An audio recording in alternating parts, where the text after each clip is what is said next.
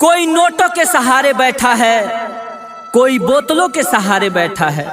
कोई नोटों के सहारे बैठा है तो कोई बोतलों के सहारे बैठा है। कोई विकास के झूठे खोखलों के सहारे बैठा है। कोई जाकर कह दो उनसे चुनाव वही जीतेगा। कोई जाकर कह दो चुनाव वही जीतेगा जो जनता के दिलों में हौसलों के सहारे बैठा है, हौसलों के सहारे बैठा है। एक एक वोट पंचायत का विकास लिखेगा, एक एक वोट पंचायत का विकास लिखेगा।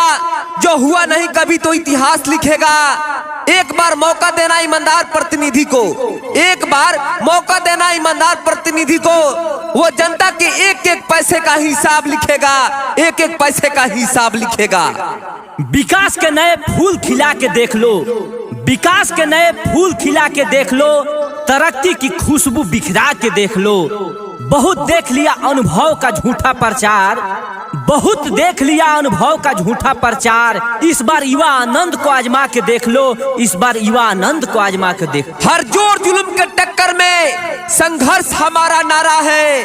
आनंद सर जिंदाबाद, मोतियों का माला हमारा है, मोतियों का माला हमारा है।